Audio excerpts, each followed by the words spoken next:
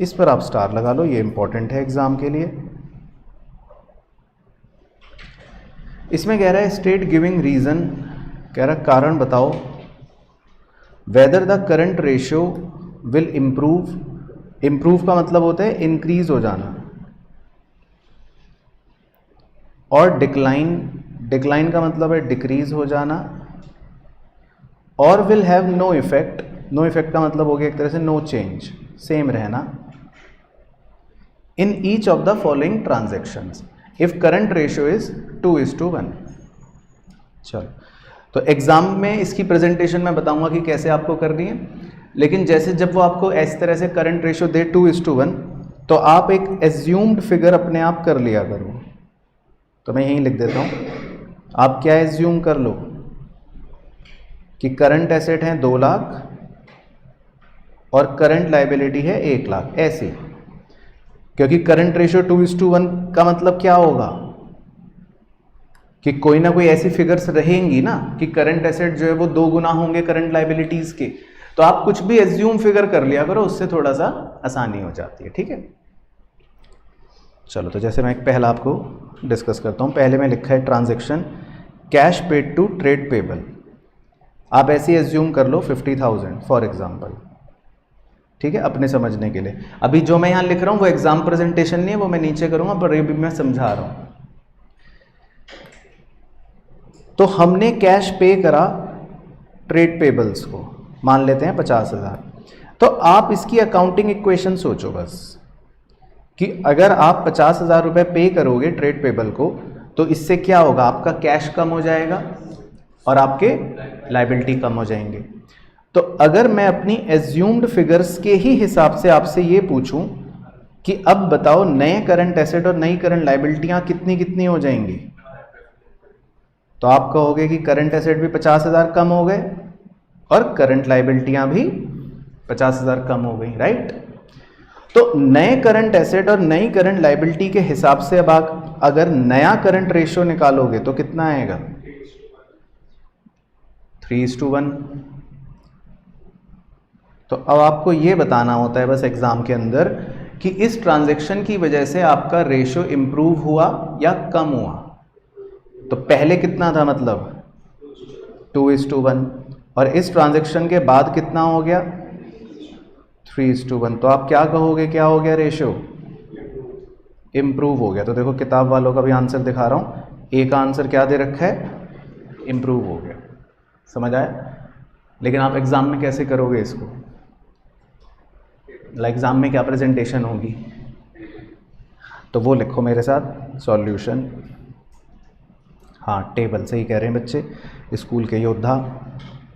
तो इसमें आपको एक टेबुलर फॉर्मेट बनाना है। पहला कॉलम तो चलो सीरियल नंबर का हो गया, दूसरा छोटा कॉलम में इफेक्ट हो गया, और तीसरे कॉलम में रीज़न हो गया। तो आपको इसकी प्रेजेंटेशन एग्जाम में ऐसे करनी है, सीरियल नंबर, इफेक्ट और रीज़न, सीरियल नंबर, इफेक्ट और रीज़न। तो सीरियल नंबर में लिखना है 1, इफेक्ट में क्या लिखना है, इंक्रीज या इम्प्रूव, कुछ भी। वैसे तो जो क्वेश्चन दे टर्मिनोलॉजी वही यूज करो। उसने इम्प्रूव बोला था ना, इम्प्रूव या डिक्लाइन, तो हम क्या लिखेंगे, इफेक्ट। पहले ट्रांजैक्शन की वजह से क्या इफेक्ट हुआ, improve.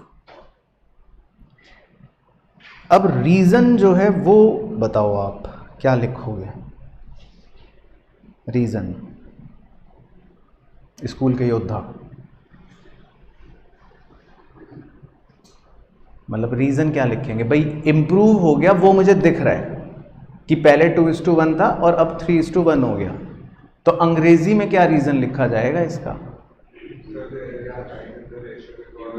Because, very good, decreasing as well, perfect. पर बस हो गया, मेरा काम हो गया। तो हमें सिर्फ यही लिखना होता है, बिल्कुल सही बोला इन्होंने, कि जो करंट एसेट्स हैं आप बताओगे कि देखो उसकी वैल्यू डिक्रीज हो रही है, और आप बताओगे कि देखो जो करंट लायबिलिटीज हैं उसकी वैल्यू भी डिक्रीज हो रही है। इस वजह से ये इम्प्रूव हो गया। तो आपको रीजन में ना बस न्यूमरेटर और डिनोमिनेटर की वैल्यूज के बढ़ने या घटने के बारे में बताना पड़ेगा। तो इसका आप रीजन मेरे साथ लिख लो कि इसका रीजन बन गया both current assets and current liabilities, current assets and current liabilities will decrease by same amount, है ना। तो बस आप ये बता दोगे कि भाई दोनों जने मतलब दोनों चीज़ें कम हो रही हैं, है ना। करंट एसेट भी कम हो गया था और करंट लायबिलिटी भी कम हो गई थी सेम अमाउंट से, 50,000 से। लेकिन आप रुपए वुपए नहीं लिख सकते क्योंकि वो तो हमने अपने मन में एज्यूम कर रखे हैं। तो बस ये तो आपको एज्यूम करना होता है मन में, अंग्रेजी नीचे दूसरी लिखनी होती है। अब ऐसे देखो एक और सेकंड भी करके देखते हैं। सेकंड में लिखा है बिल्स पेबल डिस्चार्ज्ड। इसका क्या मतलब है कि आपने बिल्स पेबल वाले के पैसे दे दिए, तो मान लो ये भी 50,000 ही है फॉर एग्जाम्पल। तो बिल्स पेबल डिस्चार्ज, आपने अगर बिल्स पेबल को पैसे दे दिए तो इसकी बताओ मतलब क्या इफेक्ट होता है इससे? कैश कम हो जाएगा, लायबिलिटी भी कम हो जाएगी। तो इसमें भी एक तरह से सेम ही बन गया, पहले वाले की तरह ही बन गया। तो इसमें भी आंसर क्या बनेगा? सेम ही बनेगा, मतलब इम्प्रूव ही बनेगा। तो देखो बी का आंसर भी क्या दे रखा है किताब वालों ने? इम्प्रूव दे रखा है। तो सेकंड वाला तो आपका सीधा सीधा सेम ही बन गया फर्स्ट की तरह, सेम आंसर और सेम रीजन। उसके बाद नंबर 3। अब नंबर 3 में दे रखा है bill receivable endorsed to a creditor. तो मान लेते हैं ये भी 50,000 की ट्रांजैक्शन है। अब आपने अपना एक बिल रिसीवेबल जो है, मतलब अपना एक जो एसेट होता है ये किसी क्रेडिटर वाले को एंडोर्स कर दिया, उसको दे दिया कि भाई तुम ले लो क्रेडिटर को। तो इसकी अकाउंटिंग इक्वेशन बताओ, इससे क्या होगा?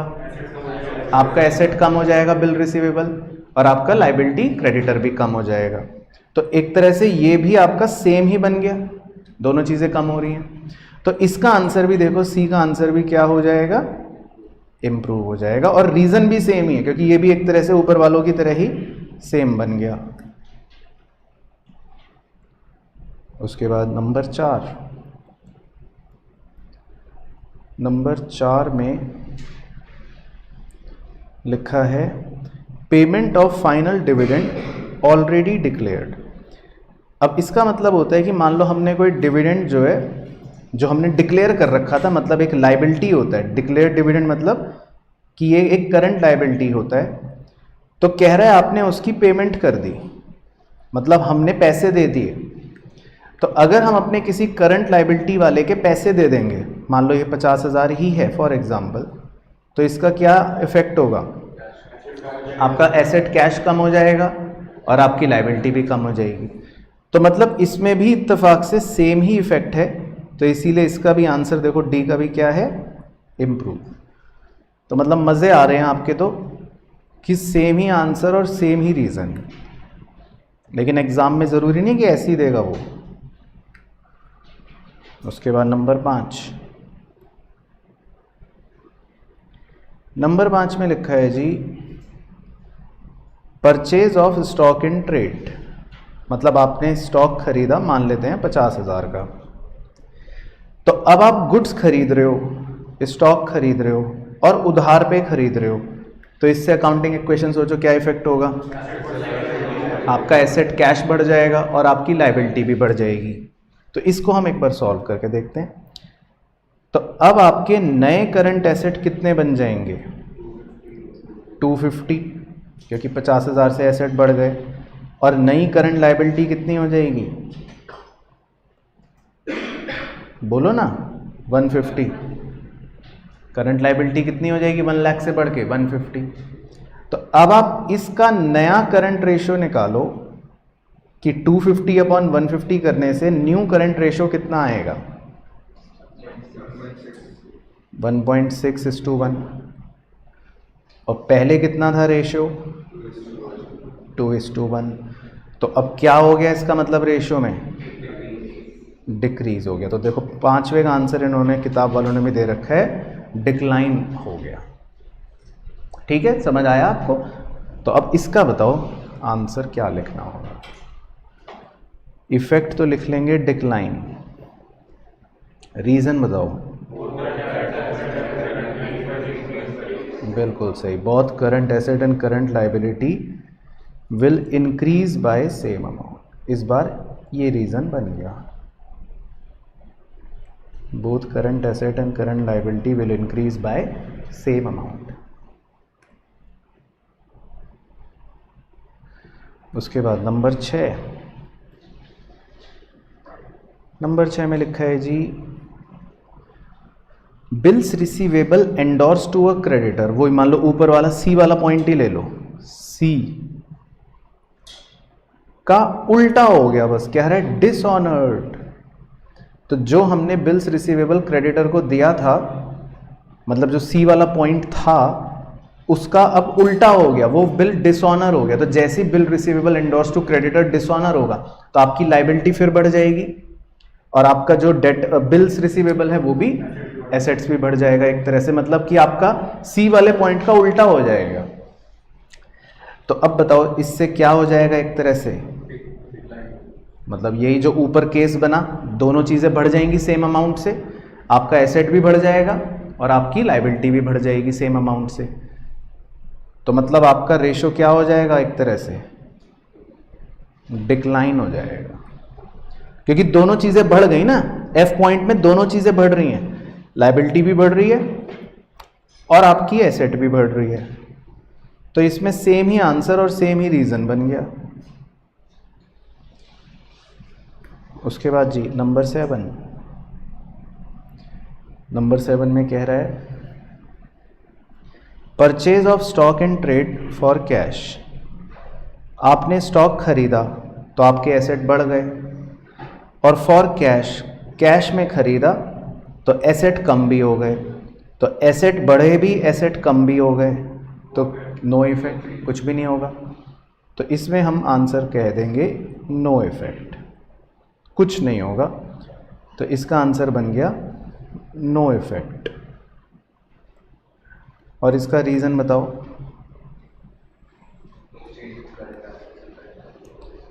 Current asset increases and decreases by same amount. Current asset ही बढ़े और करंट एसेट ही घटे सेम अमाउंट से, तो फिर कुछ भी नहीं होगा। करंट एसेट इंक्रीजेस और डिक्रीजेस बाय सेम अमाउंट। उसके बाद जी नंबर 8, नंबर 8 में लिखा है सेल ऑफ फिक्स्ड एसेट। आपने फिक्स्ड एसेट तो बेच दिया, तो फिक्स्ड एसेट बेचने से तो आपका नॉन करंट एसेट कम होगा। बुक वैल्यू है 50,000 की फॉर 45,000। तो इसकी अकाउंटिंग इक्वेशन अगर आप सोचो बचपन की, तो मैं बताता हूं क्या होती थी। आप कैश में तो 45,000 जोड़ोगे और फिक्स्ड एसेट क्योंकि बेच दिया तो उसको आप माइनस कर दोगे फिक्स्ड एसेट को, और 5,000 का आपका नुकसान हो गया, लॉस हो गया, उसे आप बचपन में कैपिटल में माइनस करते थे। यही करते थे, बोलो ना हाँ, याद भी है कि नहीं? तो फिक्स्ड एसेट कम हो गए, इसका इफेक्ट तो करंट एसेट्स पे नहीं पड़ेगा। 5,000 का लॉस हो गया, इसका भी इफेक्ट करंट एसेट पे नहीं पड़ेगा। लेकिन आपको 45,000 रुपए का कैश मिला, तो आपके करंट एसेट्स क्या हो जाएंगे? बढ़ जाएंगे, इंक्रीज हो जाएंगे। तो अब देखो आपका करंट एसेट, तो अब नया करंट एसेट कितना बन जाएगा बताओ? अगर वो बढ़ गया 45,000 से, तो नए करंट एसेट्स आपके अब कितने हो जाएंगे? 245। और करंट लायबिलिटी तो वही की वही रहेंगी, 1 लाख जो थी उनमें तो कोई चेंज नहीं आया। तो अब आपका नया करंट रेशो कितना आ जाएगा? 2.45:1। तो रेशो क्या हुआ पहले के मुकाबले? इंक्रीज हो गया ना। तो H का आंसर क्या बन गया? इम्प्रूव। तो H का आंसर बन गया इम्प्रूव। रीजन बताओ। Current asset increases by ₹45,000। Current asset क्योंकि आपके बढ़ गए, इसीलिए आपका रेशो भी बढ़ गया। उसके बाद नंबर 9, नंबर 9 भी सेम ही है, बस बेवकूफ़ बनाने के लिए वैल्यू बदल दी। कह रहा है फिक्स्ड एसेट बेचा, बुक वैल्यू 50,000 है, बस इस बार 60,000 का बेच दिया, तो इससे भी क्या ही होगा, इम्प्रूव ही होगा, सेम ही होगा, बस वैल्यू 45 की जगह क्या होगी 60। तो सेम ही आंसर है, बस रीज़न में थोड़ा सा चेंज कर लेंगे। Current asset increases by 60। ठीक है, तो क्लियर हो गई स्टोरी। चलो तो ऐसी एक और क्वेश्चन करते के देखते हैं। 27, इस पर भी आप चाहो तो एक स्टार बना सकते हो। 27 पे इसमें लिखा है quick ratio of A company is 2:1। तो क्विक रेशियो का मतलब है 2:1 का। बताओ क्या एज्यूम कर ले मन में हम,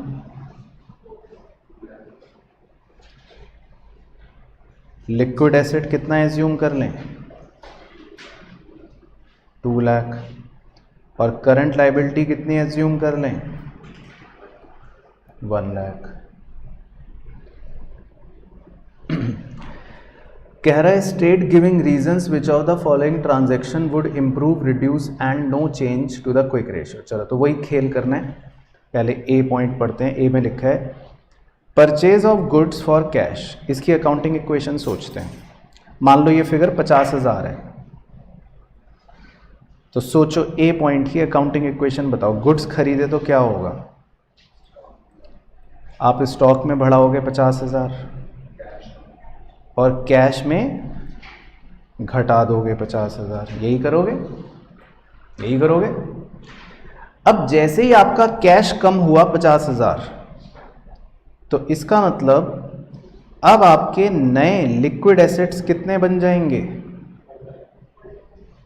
1,50,000 हो जाएंगे, क्योंकि लिक्विड एसेट्स में कैश होता है, लिक्विड एसेट्स में कैश होता है।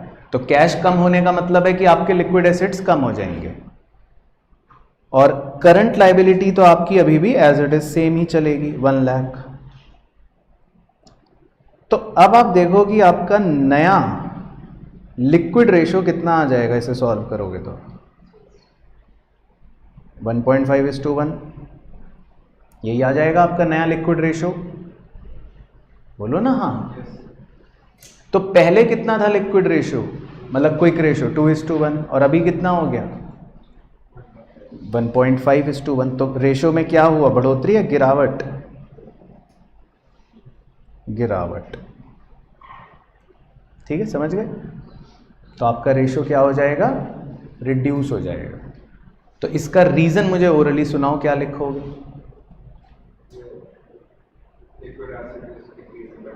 हाँ, because liquid assets will decrease by 50,000। तो इसका रीजन बन गया liquid asset will decrease by 50,000।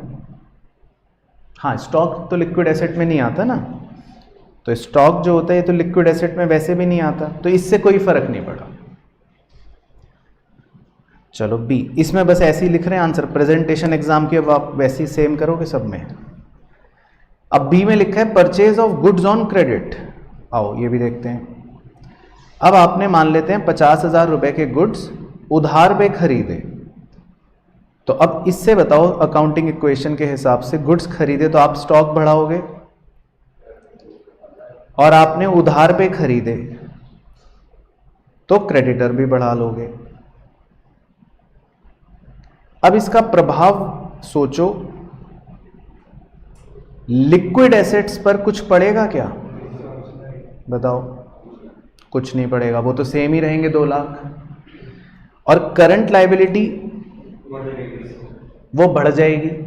तो पहले अगर 1 लाख थी तो अब बढ़कर कितनी हो जाएगी 150। तो आपका नया लिक्विड रेशो कितना बन जाएगा अब 1.3:1, मतलब अप्रॉक्सीमेटली। तो आपका लिक्विड रेशो जो पहले 2:1 था अब कितना बन गया 1.3:1। तो क्या बन गया आंसर रिड्यूस। रीजन मुझे ओरली सुना दो, इसका रीजन क्या बनेगा? Current liability will increase. बिल्कुल सही, because current liability will increase, बिल्कुल सही। उसके बाद सी देखो, C sale of goods costing 20,000 for 20,000। आपने 20,000 रुपए के गुड्स बेच दिए, 20,000 में ही बेच दिए, तो इसकी अकाउंटिंग इक्वेशन देखो क्या होगी। आपका स्टॉक कम हो गया, लेकिन आपका कैश जो है वो बढ़ गया, तो इसका इफेक्ट आपके अब लिक्विड एसेट पर क्या पड़ेगा? आपके लिक्विड एसेट इंक्रीज हो जाएंगे 20,000 से, वेरी गुड। और करंट लाइबिलिटी पे कुछ फर्क पड़ेगा क्या? नो सर, वो एज इट इज 1 लाख की ही रहेंगी। तो अब आपका नया लिक्विड रेशो क्या बन गया? 2.2:1। तो आंसर क्या बन जाएगा? इम्प्रूव। तो इसका रीजन बता दो। Liquid assets will increase bye 20,000।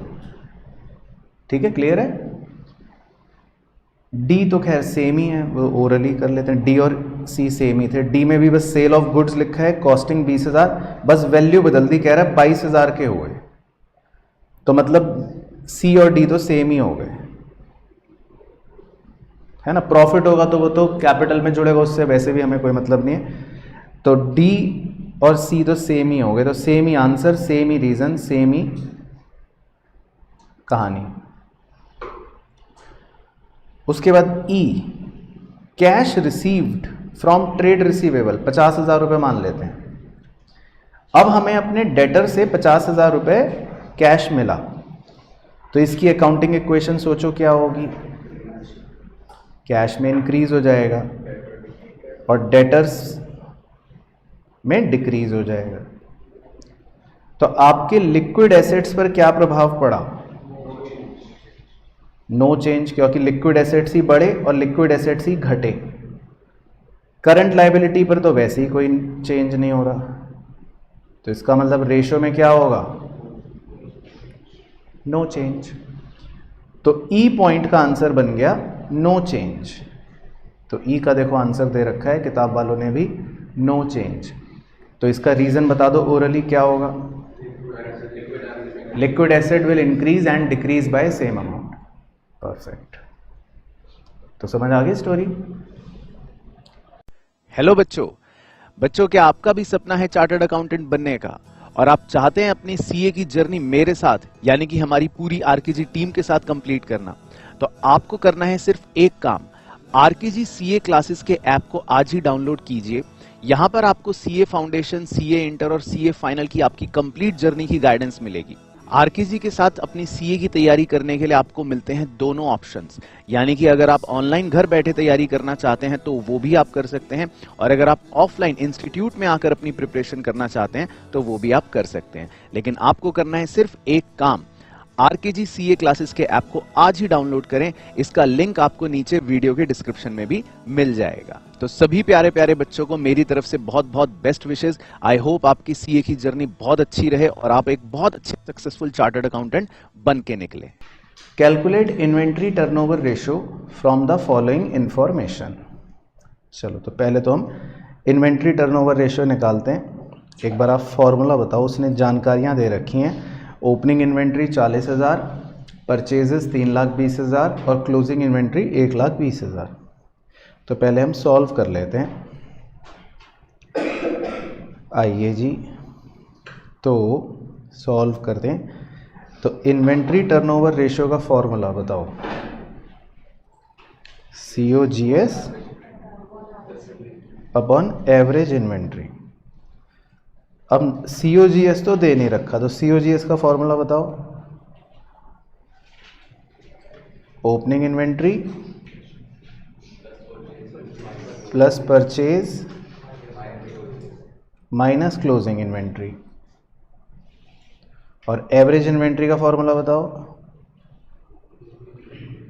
Opening inventory plus closing inventory upon 2। तो अब हम इसमें सारी वैल्यूज पुट कर सकते हैं। क्योंकि अब हमारे पास सब कुछ है। तो ओपनिंग इन्वेंट्री आप बताओ कितना है? 40 प्लस परचेज 3,20,000 और minus closing 1,20,000 whole divided by opening inventory 40 plus closing inventory 1,20/2। तो क्लियर है भाई, वैल्यूज रिप्लेस कर दी हैं बस मैंने, और कुछ नहीं करा। तो इस गणित को थोड़ा सा और सॉल्व कर लेते हैं इधर। तो 40 प्लस 3,20 माइनस 1,20, तो न्यूमरेटर आ जाएगा शायद 240 बटे 40 प्लस 1,20/2 यानी 80। तो 240 बटे 80 3 टाइम्स। तो ये तो आ गया ओरिजिनल आंसर 3 टाइम्स। तो अब अगर नीचे दी गई बातों से रेशो 3 से ज़्यादा हो जाएगा तो आप क्या कहोगे? मतलब इम्प्रूव हो गया, 3 से कम होगा तो डिक्रीज हो जाएगा, और 3 ही रहा तो नो चेंज हो जाएगा। तो आइए करते हैं कुछ चटपटी बातें। A, sale of goods for ₹40,000 cost 32,000। तो भाई हमने अपने गुड्स बेच दिए जो वैसे थे 32,000 के, लेकिन हमने बेचे इनको 40,000 में, ठीक है ना। तो अब देखो बड़े ध्यान से समझना है, आपने अपने गुड्स बेच दिया, अपना सामान बेच दिया। तो अब ये सामान जो आपने 32,000 का बेचा, ये किस चीज़ की वैल्यू को कम करेगा? भाई आप सामान जो बेचते हो, देखो पहले सामान के नेचर को समझना। अगर मेरे पास 5 डब्बे हैं जो बिके नहीं, मैं कह रहा हूं ये अनसोल्ड है, तो अनसोल्ड चीज़ों को हम क्या बोलते हैं? हमेशा क्लोजिंग स्टॉक, ठीक है ना। अब अगर मैं ये कह दूं कि एक डब्बा बिक गया, सोल्ड हो गया, तो अब आपका क्लोजिंग स्टॉक जो पहले 5 था अब कितना कहोगे? 4 कहोगे। अगर मैं कह दूं कि मेरा एक और डब्बा बिक गया, तो अब आप क्लोजिंग स्टॉक जो अभी 4 कह रहे थे अब कितना कहोगे? 3। अगर मैं कहूं कि मेरा एक और डब्बा बिक गया, तो अब आप क्लोजिंग स्टॉक कितना कहोगे? 2। तो आप पहले इस चीज को, इस रिलेशन को समझो। जब भी आप डब्बा बेचोगे दैट मीन्स आपका क्लोजिंग स्टॉक कम हो रहा है। आपको ये समझना है कि जब डब्बा बेचने का मतलब है आपका क्या कम हो रहा है? Closing stock.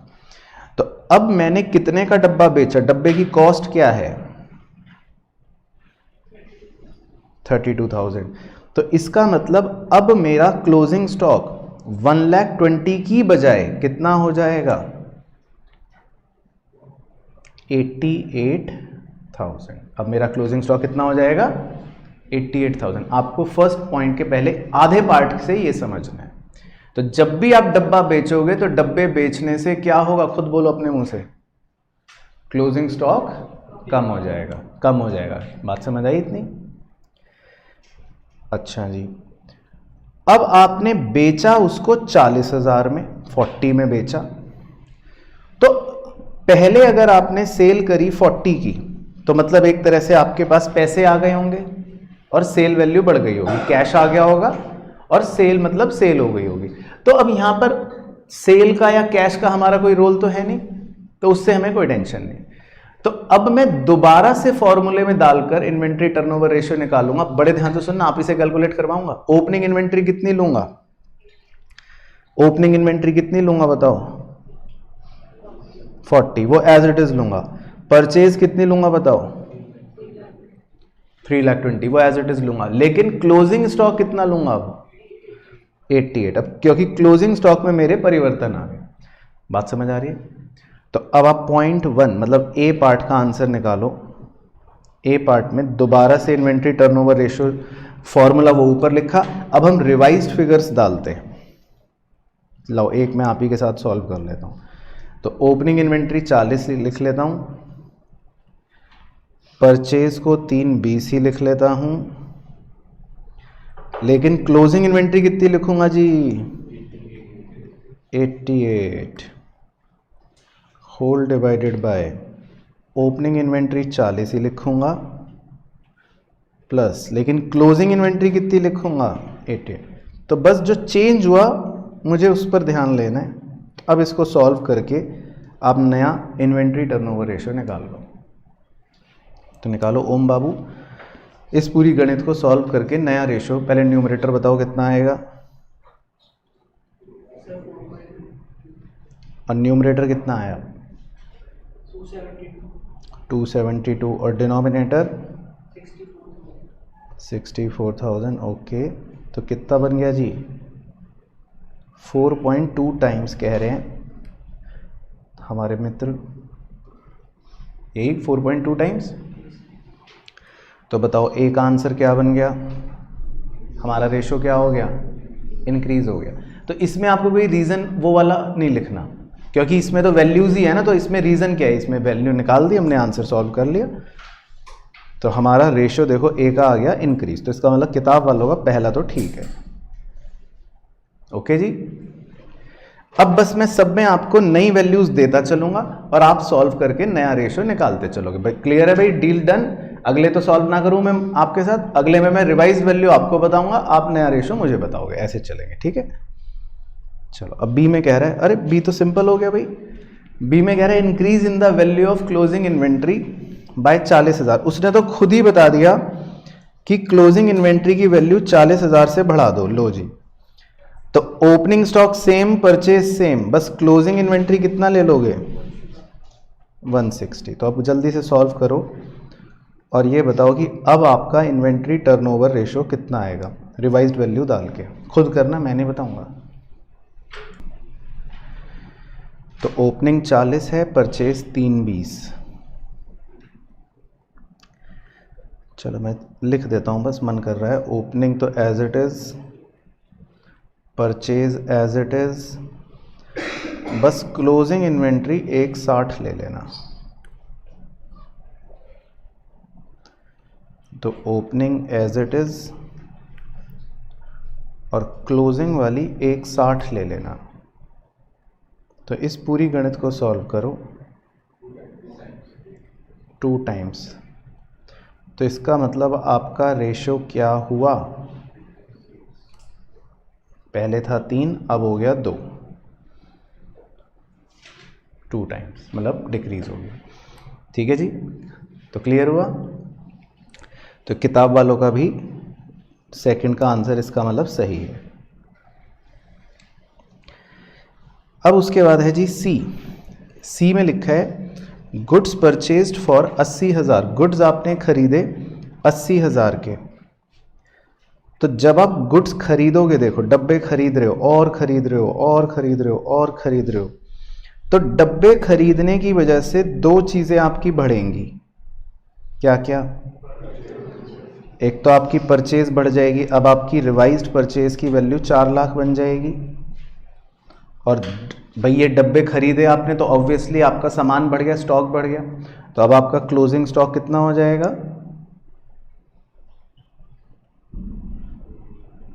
भाई क्लोजिंग स्टॉक भी तो बढ़ेगा या नहीं बढ़ेगा? पहले ये बात बताओ, हाँ कि ना। आप सामान खरीद रहे हो, भाई अभी हम और फर्नीचर इस कमरे में रख लें खरीद के, तो जब मैं ताला लगा के घर जाऊंगा रात को, तो मैं कह सकता हूँ ना मेरा स्टॉक बढ़ गया। तो जब भी हम सामान खरीदते हैं तो खरीदने का मतलब है स्टॉक बढ़ गया। तो परचेज बढ़ा लो और स्टॉक भी बढ़ा लो। तो अब इन रिवाइज्ड फिगर्स के हिसाब से नया निकालना है इन्वेंट्री टर्नओवर रेशियो। कितना आ रहा है? क्लोजिंग स्टॉक 2 लाख आएगा। तो मैं तो देख रहा था कि कौन बच्चा अलर्ट है, तो सिर्फ क्रिश और उपासना अलर्ट हैं। तो अब परचेज आप 4 लाख लो और क्लोजिंग स्टॉक 2 लाख लो, मतलब रिवाइज्ड, और फिर नया इन्वेंट्री टर्नओवर रेशियो निकालो। 2 टाइम्स कह रहे हैं बच्चे, ठीक है। तो आपकी बात पर भरोसा करते हुए आंसर क्या बन गया? डिक्रीज। ठीक है, तो भाई सबको मुद्दे की चीज क्लियर हो रही है कि आपको बस रिवाइज्ड फिगर निकालनी है बार बार। चलो इसके बाद डी। डी में तो सी का उल्टा कह रहा है, परचेज रिटर्न, तो सी का उल्टा कर दो, तो मतलब आपकी अब परचेज भी कम हो जाएगी और क्लोजिंग स्टॉक भी कम हो जाएगा। तो अब आप परचेज की रिवाइज्ड फिगर 20,000 कम करके कितनी लिख लोगे? 3 लाख। और क्लोजिंग स्टॉक की फिगर भी 1,20,000 से कम करके कितनी लिख लोगे? 1 लाख। तो अब आप इन रिवाइज्ड फिगर्स से इन्वेंट्री टर्नओवर रेशियो निकालो।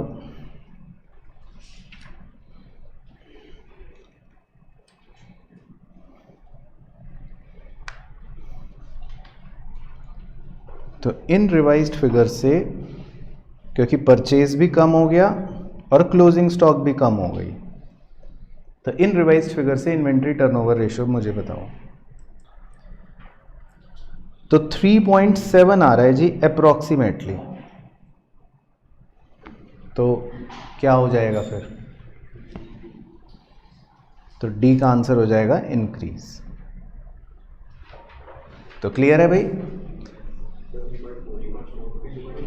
3.4 कह रहे हैं, तो बेचारे 3.7 वाले बच्चे की अकेले की आवाज़ दबा कर बाकी बच्चों ने 3.4 का नारा बुलंद कर दिया।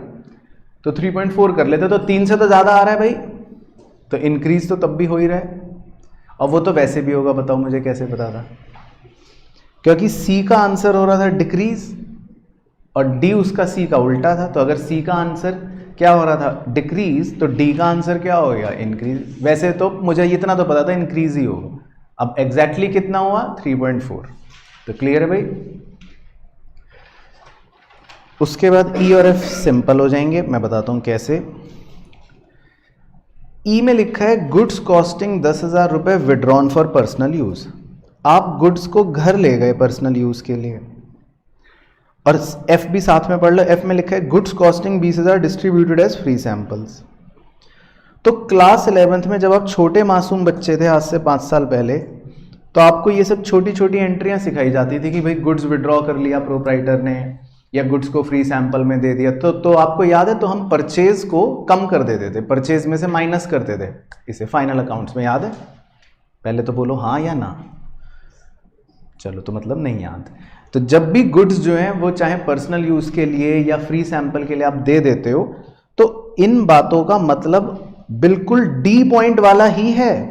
यानी आपकी परचेज क्या हो जाएगी? कम हो जाएगी। और परचेज कम होने का मतलब एक तरह से ये भी है कि आपका क्लोजिंग स्टॉक कम हो जाएगा।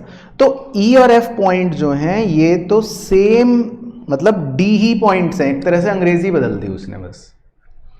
तो ई और एफ का तो मुझे पता है आंसर भी क्या आना है, सेम ही आना है जो डी का है। अब वो क्या आएगा वो चाहे आप घर जाके निकाल लेना होमवर्क में, लेकिन इंक्रीज आएगा ये मुझे पता है, 3 से बढ़ जाएगा। अब एग्जैक्ट क्या आएगा वो आप जानो। तो क्लियर हो गया पहले वाला एक बढ़िया सवाल। तो इसमें लिखा है जी 92 में, from the following information calculate trade receivable turnover ratio. Okay, credit sales दे रखी है 8 लाख, ठीक है। ओपनिंग ट्रेड रिसीवेबल 1,20,000, ठीक है। Closing trade receivable 2 lakh, okay. आओ तो पहले तो सॉल्व ही करें। तो क्या है फॉर्मूला बताओ?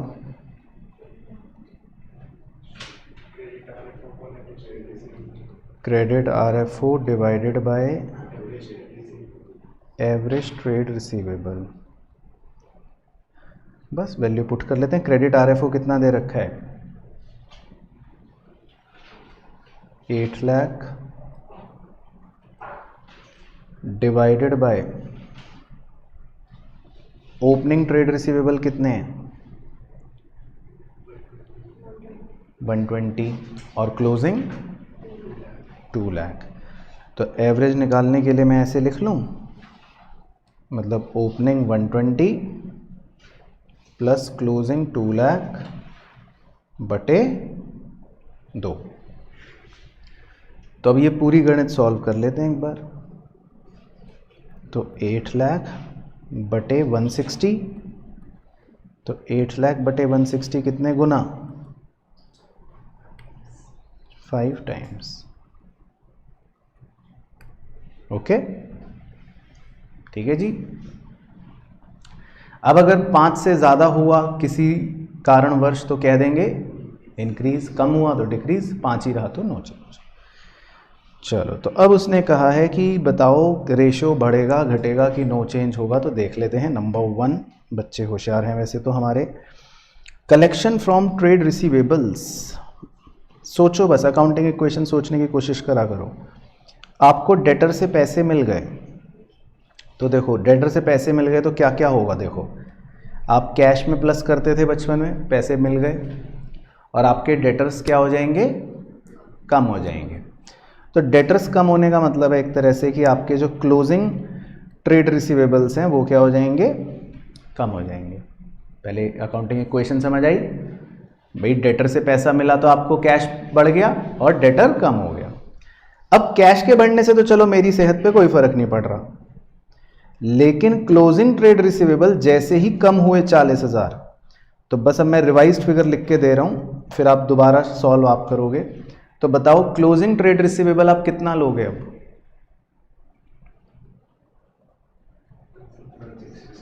160। ठीक है भाई, तो सेल्स आप सेम ले लो 8 lakh, opening trade receivable same ले लो 120, लेकिन क्लोजिंग ट्रेड रिसीवेबल को 160 लेना।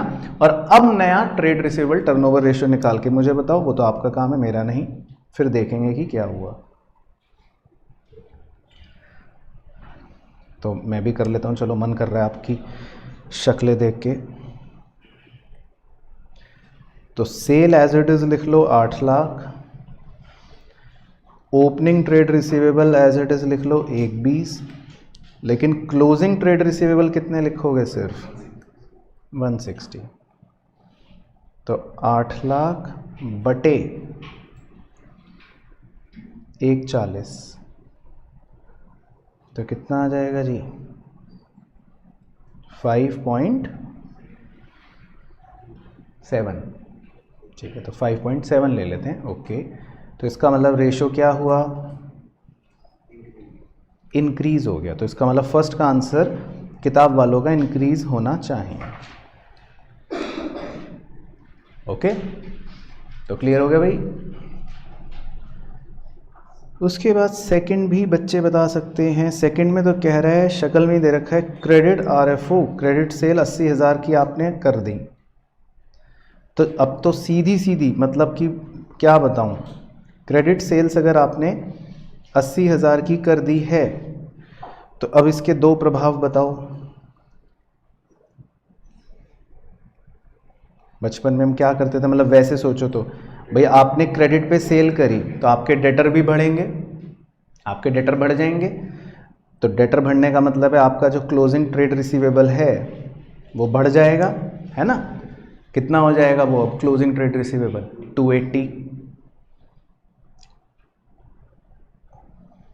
और सेल बढ़ गई, तो सेल कितनी दे रखी है पहले, क्रेडिट सेल 8 लाख।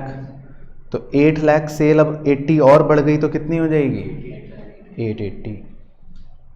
तो सेल बढ़ गई 80 से, तो वो हो गई 880, और क्लोजिंग ट्रेड रिसीवेबल बढ़ गए क्योंकि डेटर्स बढ़ गए तो वो हो गए 280। ठीक है सर।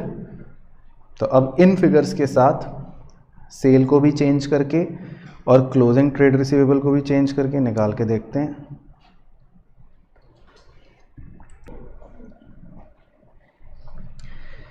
$880 बटे 120 प्लस क्लोजिंग ट्रेड रिसीवेबल कितना लिया, 280 बटे 2, तो 880 बटे 2 लाख, तो 4.4 टाइम्स आ रहा है। तो इसका मतलब रेशो क्या हो गया, डिक्रीज हो गया। तो इसमें बस आपको रीज़न नहीं देना, ये जो आंसर्स निकल रहे हैं ये ऑटोमेटिकली सॉल्व हो रहे हैं। तो इसका मतलब सेकंड का आंसर कम हो गया। उसके बाद है जी थर्ड। तो थर्ड में बुद्धि नहीं लगाएंगे हम, बताओ क्यों, सेल रिटर्न। तो इसका मतलब थर्ड जो है वो तो सेकंड का उल्टा हो गया एक तरह से, बस क्योंकि सेकंड में आपने सेल करी थी तो सेल भी बढ़ाया, क्लोजिंग डेटर भी बढ़ाया। तो इसमें आपका क्या हो जाएगा, मतलब सेल भी कम हो जाएगा, सेल वैल्यू भी कम हो जाएगा और क्लोजिंग ट्रेड रिसीवेबल भी कम हो जाएगा। तो मुझे तो आंसर भी पहले से पता है कि क्या आएगा, उल्टा ही आएगा, इंक्रीज आएगा। तो वो आप घर पे निकाल के देख लेना कि कितनी वैल्यू आ रही है, जो मुझे पता है आप नहीं निकालोगे। ठीक है, वेरी गुड। तो घर पे निकालना था या क्लास में निकालना था? तो 5.2 कह रहे हैं महोदय। और चौथा क्रेडिट परचेज। तो जब आप उधार पे गुड्स खरीदते हो तो एक तो स्टॉक बढ़ता है या मतलब परचेज बढ़ता है और दूसरे आपके क्रेडिटर बढ़ते हैं। तो इससे क्या होगा, ना तो सेल पे फर्क पड़ेगा ना डेटर पे फर्क पड़ेगा। तो ना सेल पे ना डेटर पे, दोनों में से किसी पे भी कोई इफेक्ट नहीं पड़ेगा। तो इस ट्रांजैक्शन से मतलब बेसिकली कुछ भी फर्क नहीं पड़ेगा। ये बेवकूफ़ बनाने के लिए दे रखा है। तो आप इसमें लिख दोगे नो चेंज। ठीक है, तो क्लियर हो गया ये वाला भी। Gross profit ratio of A company is 25%। ठीक है, तो अब थोड़ा सा इसको समझेंगे। ग्रॉस प्रॉफिट रेशियो का फॉर्मूला बताओ क्या होता था? Gross profit upon RFO into 100। ठीक है ना।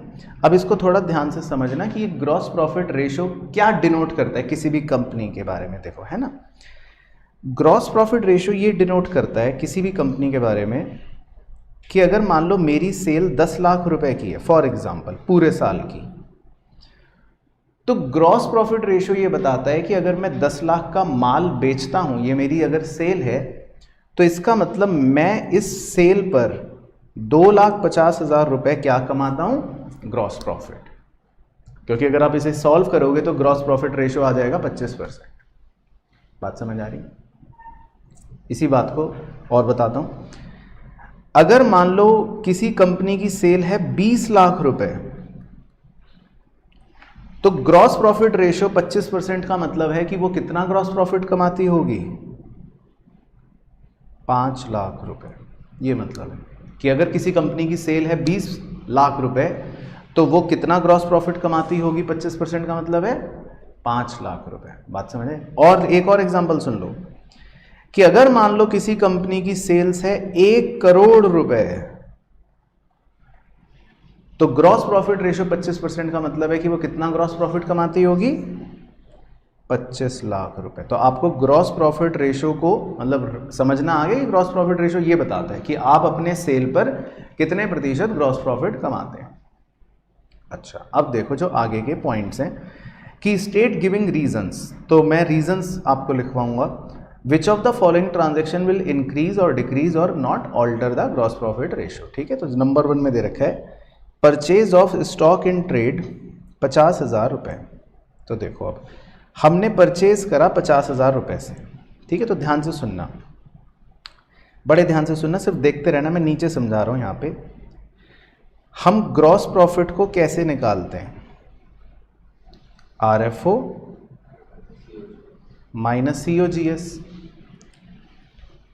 तो अगर आप इसमें COGS को भी एक फॉर्मूले के रूप में अगर दोबारा से याद करो, तो COGS का फॉर्मूला होता था opening stock plus purchase plus direct expense minus closing stock, है ना, ये होता था फॉर्मूला।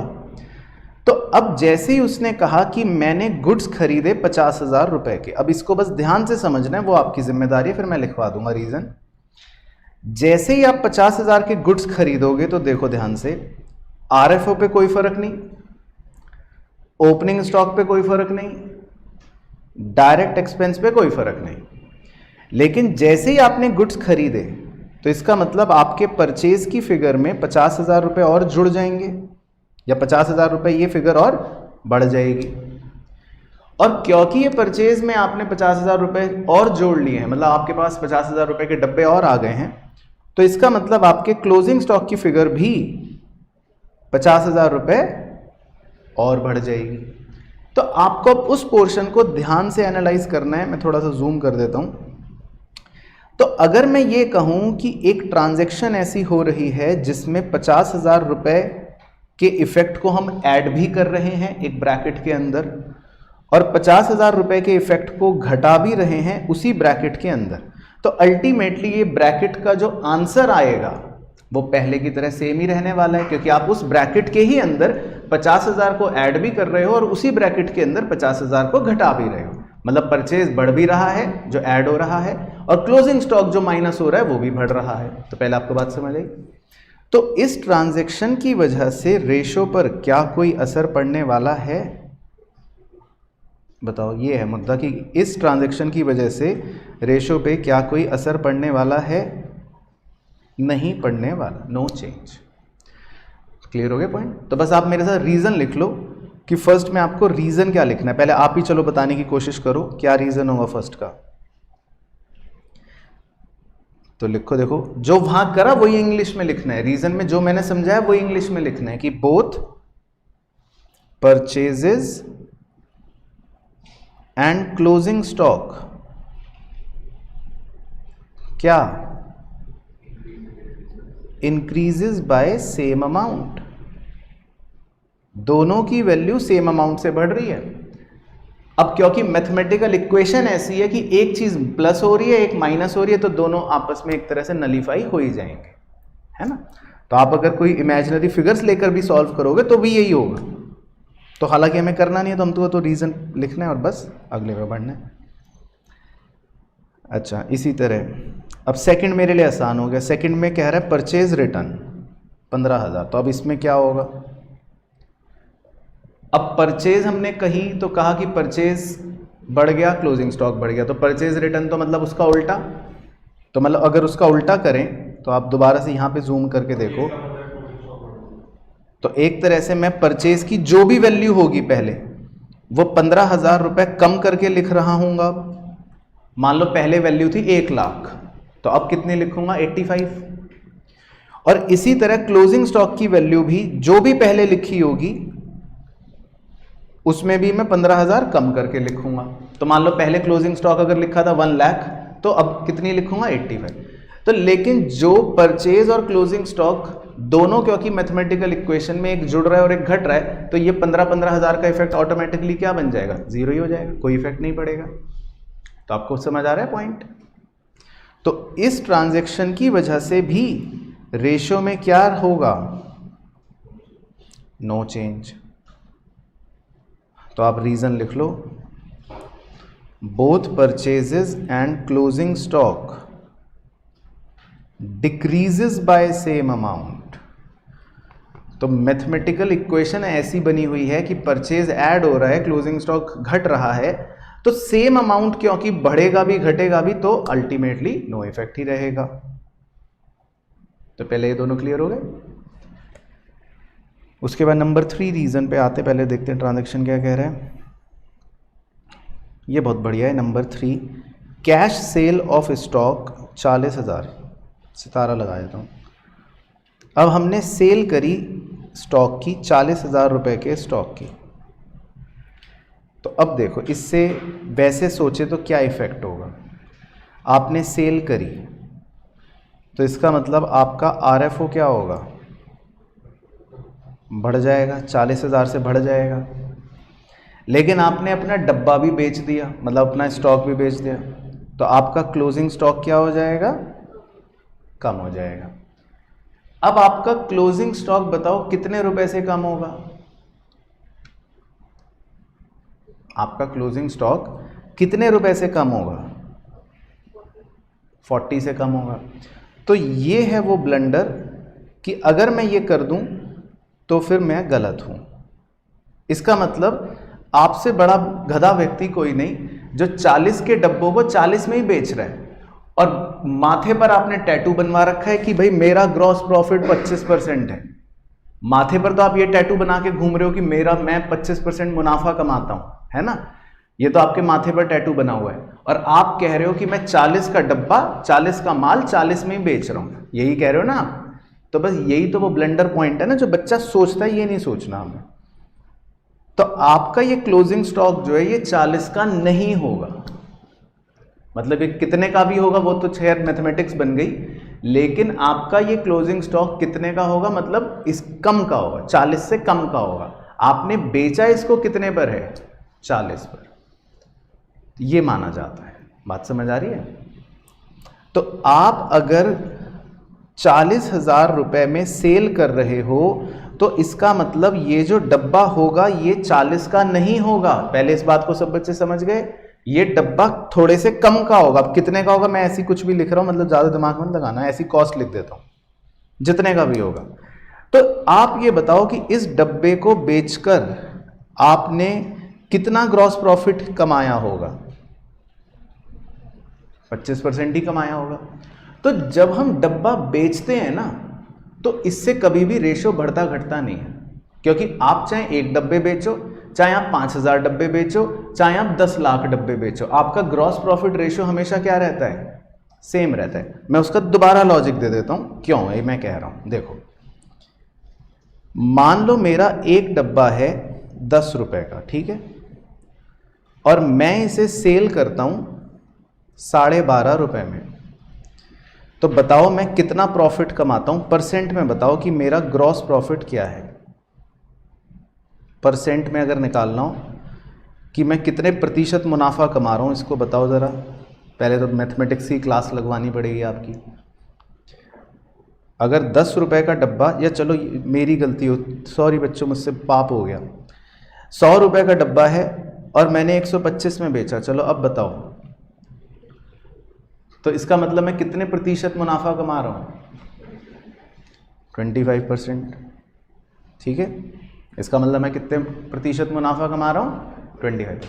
तो अगर मैं ये कह दूं कि मैंने 2 डब्बे बेचे हैं बच्चों, मैंने 2 डब्बे बेचे हैं, तो क्या मेरा ग्रॉस प्रॉफिट परसेंटेज बढ़ जाएगी? कि अगर मैं ये बोल दूं कि मैंने 200 रुपए के डब्बे 250 रुपए में बेचे हैं, तो अब एक बार कैलकुलेट करना जीपी रेशो या जीपी कितना परसेंट आएगा? बताओ कितने परसेंट आएगा? अभी भी 25% ही आएगा। तो अगर मैं चाहे 1 डब्बा बेचूं, चाहे मैं 2 डब्बे बेचूं, अगर मैं कह दूं मैंने 10 डब्बे बेचे, 2000 के डब्बे मैंने 2500 में बेच दिए, तो भी मेरा जीपी रेशो कितने परसेंट आएगा? अगर मैं कह दूं मैंने 100 डब्बे बेच दिए, 20,000 रुपए के डब्बे 25,000 रुपए में बेच दिए, तो भी मेरा जीपी रेशो कितना आएगा? 20। तो आप बात को समझ पा रहे हो? तो हम जब भी सेल करते हैं या जब भी डब्बे बेचते हैं, उससे जीपी नहीं बढ़ जाता, सेल करने से जीपी रेशो नहीं बढ़ जाता। तो अगर वो कह रहा है कि मैंने 40,000 का माल बेचा है, तो इससे आपका जीपी रेशो नहीं बढ़ेगा। तो इसका आंसर आपका क्या बन गया? No change. तो बस आपको रीजन लिखना है कि क्यों नहीं बढ़ेगा, इसका रीजन लिख लो। तो RFO will increase but closing stock will decrease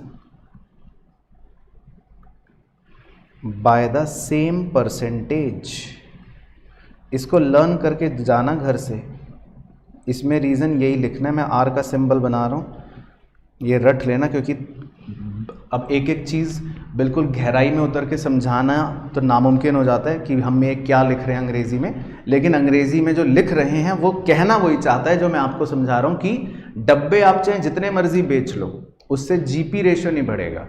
तो हमारी सेल की वैल्यू ज़रूर बढ़ रही है, आरएफओ विल इंक्रीज, लेकिन हमारा क्लोजिंग स्टॉक भी सेम प्रतिशत से कम हो रहा है। तो इसीलिए वो इफेक्ट ऐसा बनेगा कि कभी भी आपका जीपी रेशो नहीं बढ़ेगा। तो आपको बस इस बात का थोड़ा सा ध्यान रखना है। चलो नंबर 4। नंबर 4 है जी, stock in trade costing 20,000 withdrawn for personal use, मतलब ये आप घर ले गए। और नंबर 5 भी पढ़ लो, लग गया था क्योंकि दोनों भाई भाई हैं। स्टॉक इन ट्रेड 15,000 का आपने फ्री सैंपल में ले लिया। तो देखो अब बताना ज़रा, चलो पहले इनका अकाउंटिंग इफेक्ट बताओ। आप क्लोजिंग स्टॉक कम हो गया, वेरी गुड, दोनों में ही क्लोजिंग स्टॉक कम हो गया। और दूसरी चीज़ क्या कम हो गई? जब आप गुड्स विड्रॉ कर लेते हो, चाहे पर्सनल यूज़ के लिए गुड्स को फ्री सैंपल में देते थे, तो आप परचेज को भी कम करते थे ना बचपन में। तो अगर क्लोजिंग स्टॉक भी कम हो गया और परचेज भी कम हो गया, तो ये दोनों पॉइंट तो ऑटोमेटिकली किसके आंसर की तरह बन गए? सेकंड वाले की तरह बन गए। तो इन दोनों का आंसर भी है नो चेंज, और इन दोनों का ही रीजन क्या बन जाएगा? सेकंड वाले की तरह तो 4 and 5 का मतलब मैं लिख देता हूँ सेम एज 2, क्योंकि इसमें दोनों में ही परचेज भी कम हो रही है और क्लोजिंग स्टॉक भी कम हो रहा है सेम अमाउंट से, तो ये तो बिल्कुल 2 वाले की तरह सेम बन जाएगा।